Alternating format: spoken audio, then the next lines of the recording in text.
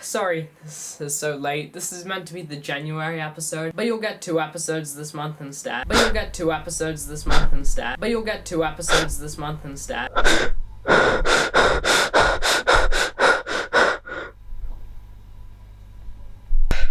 you'll get 2 episodes this month instead. Hello, geeks of the internet. If it is not yet abundantly obvious, I ran out of time for February, The Good, the Bad, and the Ugly, episode 2. I caught COVID and had to lock down. There wasn't an awful lot to watch, amongst other things.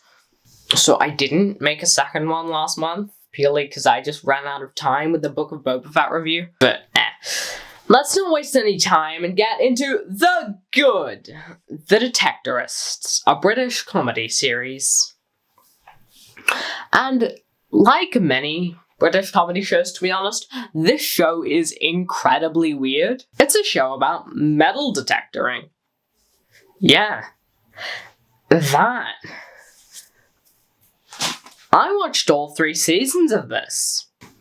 And it's about Lance and Andy, who are amateur metal detectorists, just trying to navigate life. That's a fairly simple concept, and it would seem to make a good comedy. But despite being referred to as a comedy, it doesn't try too hard to be funny. It's almost a light drama, almost.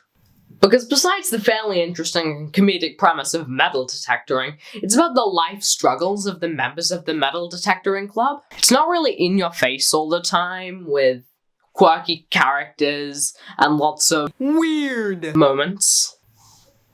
It's pretty subdued, where it's largely focused on these characters and the issues in their lives. It's a pretty sad comedy, where you look at the struggles of these people's lives. Lance and Andy are frankly kinda sad, and that's the point, but they make for really good protagonists. They lie and their lies catch up with them. They're flawed. And that's why they're so good. There are people who call the show zany, and I don't think they entirely get what this series is trying to do. It's not really trying to be zany. But moving on. I love season 1. It's very much about these people putting their lives together. They're sort of in a bit of a shambles. It's about Andy strengthening his relationship with his girlfriend despite all the issues, Lance getting over his ex, so on and so forth. And this season doesn't have too much of a focus on the side characters, who really are integral to the show. So I suppose I'll just briefly talk about them.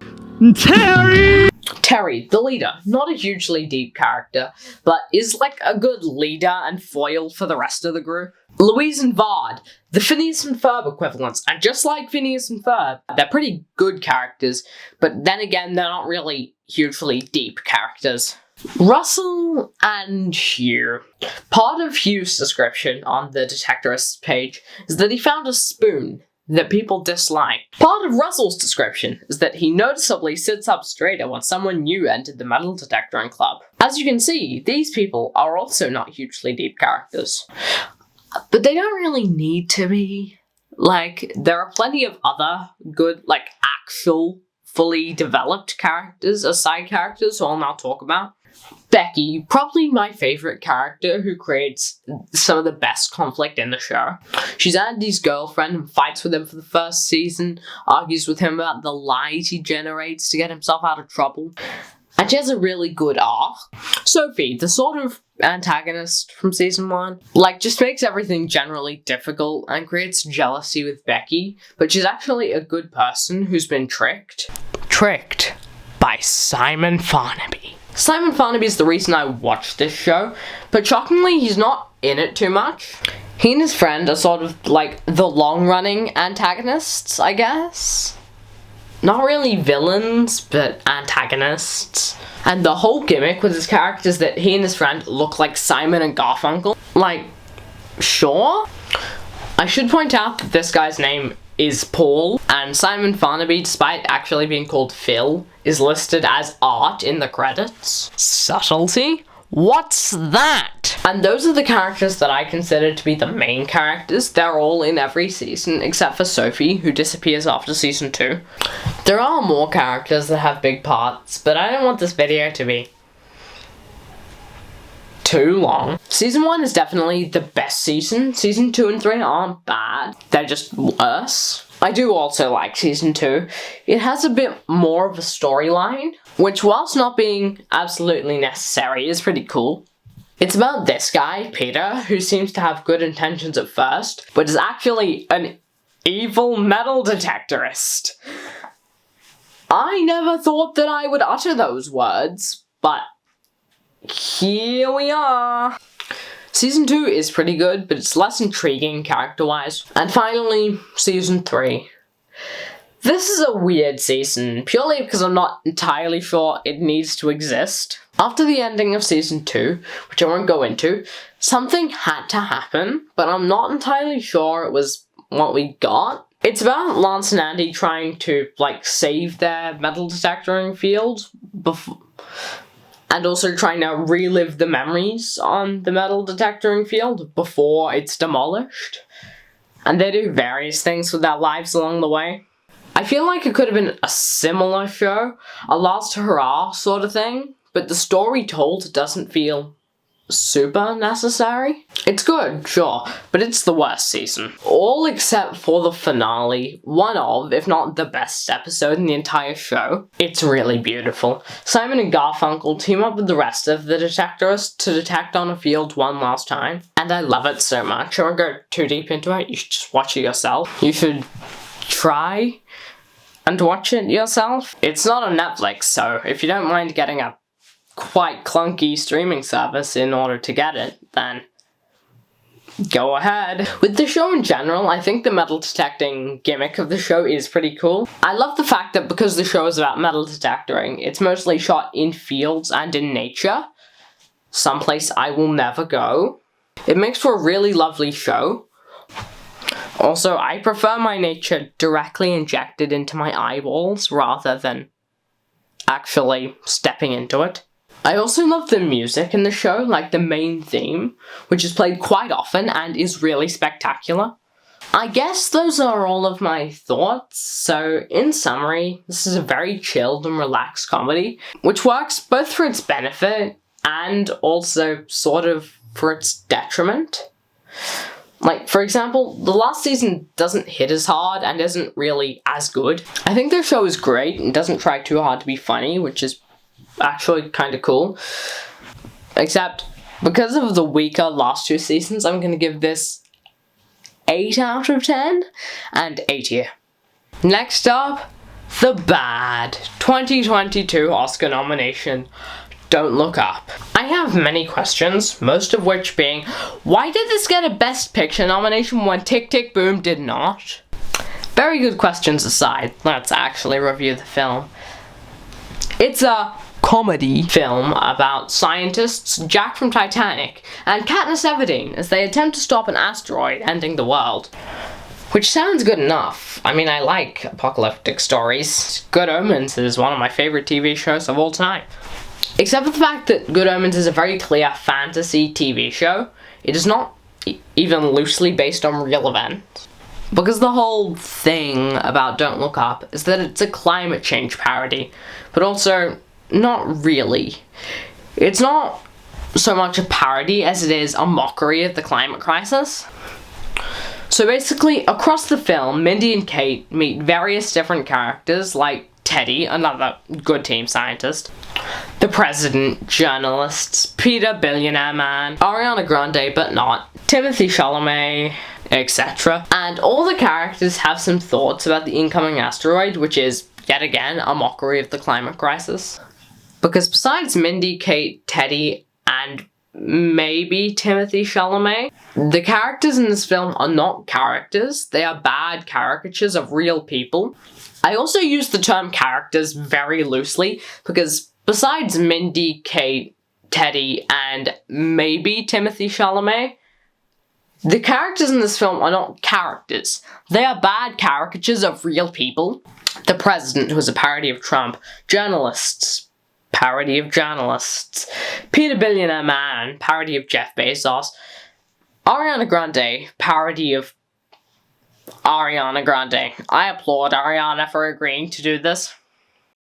Even Kate, one of the main characters, is quite obviously a parody of Greta Thunberg. And Timothy Chalamet, who is probably my favorite character, is sort of like a parody of the youth of today. This is a quite insensitive film where racism, sexism, and climate issues are all trivialized by comedy. Good job, Don't Look Up. This is a film trying to be meaningful and failing so miserably. It tries so hard to be meaningful, and all it is kind of rude to the people it mocks, even if I don't like the people it mocks. The difference between this and any other political satire is that those are about real events, not a story loosely inspired by real events. They made up a story and made all the characters lifeless caricatures. This is the PM's daughter all over again, except for the fact that this one got nominated for an Oscar!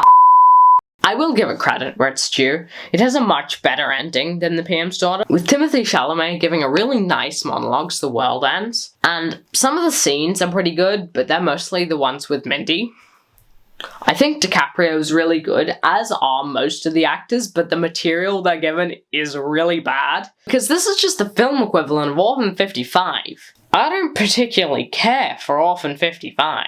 Before I end this review, I'd also like to quickly point out that this is a very weirdly shot film. The first 5 minutes are almost entirely shot with Dutch angles, quick cuts, extreme close-ups, and for the rest of the film they keep using extreme close-ups and quick cuts. And yeah, they work for comedy, but not when that's the only thing you do for the entire film. It's a fairly weak and a slightly offensive film with a not bad ending, so I'm gonna say 4 out of 10.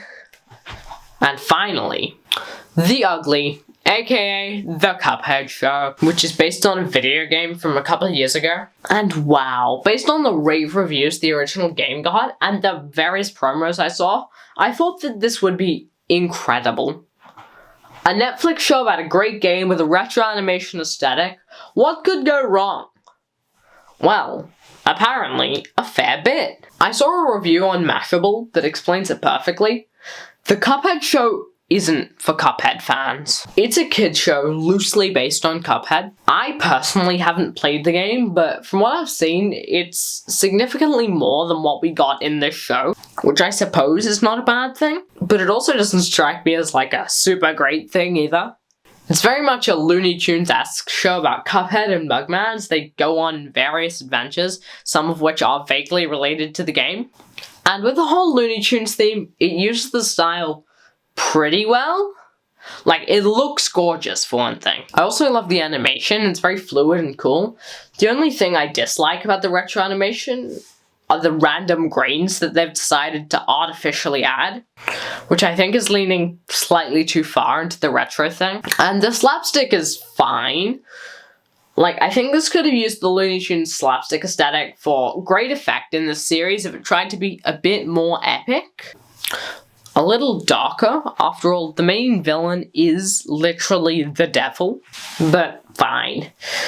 And yeah, sometimes there's plot with the devil coming after Cuphead, but it's not a plot-driven show. And if I'm gonna be honest, it doesn't really have to be. Many great shows don't have a real plot, and that works in general. I think the show would definitely have been improved if it tried to do a bit more, both tonally and plot-wise. As I said, this is not a show hugely relating to Cuphead. It's more like they took the characters and put them into a largely unrelated show. And that's okay, but it doesn't seem like it uses all that Cuphead is super well. Purely because Cuphead and the retro animation style is often linked to comedy. And this, amigos, is...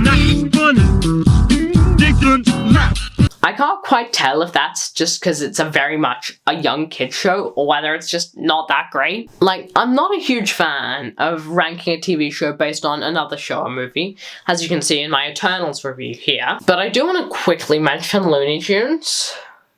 This is pretty obviously inspired by Looney Tunes and similar cartoons, but it's simply not as funny, purely because I think it has more of a theme than Looney Tunes, than something like those Mickey Mouse shorts from a couple of years ago. It gets absolutely wild, but with the Mickey Mouse shorts, the characters can be placed in completely different scenarios. Like with one episode, Mickey could be in France with on a bike, but next he's on a mountain with a Yeti.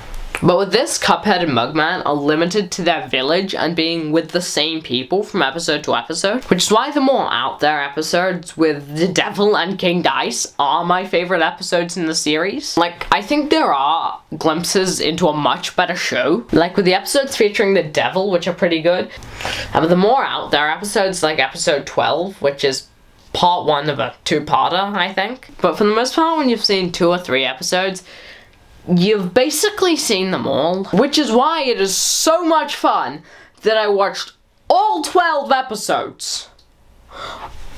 All 12! The show drags a fair bit, to be honest, and isn't super funny, but it does look pretty good, which is why I give this a big old 5 out of 10, and maybe D tier. So yeah, those are my 3 reviews for the episode. I'm going to try and get another episode out this March, purely because there's just such a vast amount of films releasing this month that I don't think I could cover them all in solo reviews. So maybe expect that, but not necessarily. Make sure to like and subscribe. Thanks for watching the video through this far. I guess that's it.